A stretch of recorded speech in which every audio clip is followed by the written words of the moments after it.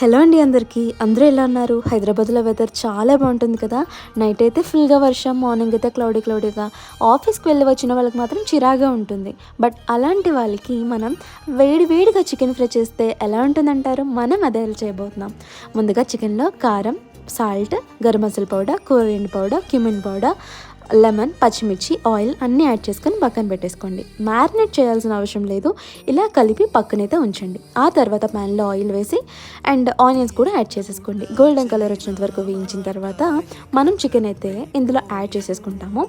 ఇలా సిమ్లో అయితే మగ్గనివ్వండి. లాస్ట్ వరకు ఇలా సిమ్లో ఉంచి లాస్ట్లో కొంచెం కరివేపాకు, కొత్తిమీర లైట్గా అలా జల్లండి. ఈ అరోమా ఇంటి చుట్టూ గుమగుమలాడేస్తుంది. బిర్యానీ కూడా పనికిరాదు. ఇలా వేడి అన్నంలో ఈ చికెన్ ఫ్రై కలుపుకొని తింటే ఆహా సూపర్ కదా. మీరు కూడా ట్రై చేసి కామెంట్ సెక్షన్లో కామెంట్ చేయండి. వీడియో నచ్చితే లైక్, షేర్ అండ్ సబ్స్క్రైబ్ కూడా చేసుకోండి. Bye friends.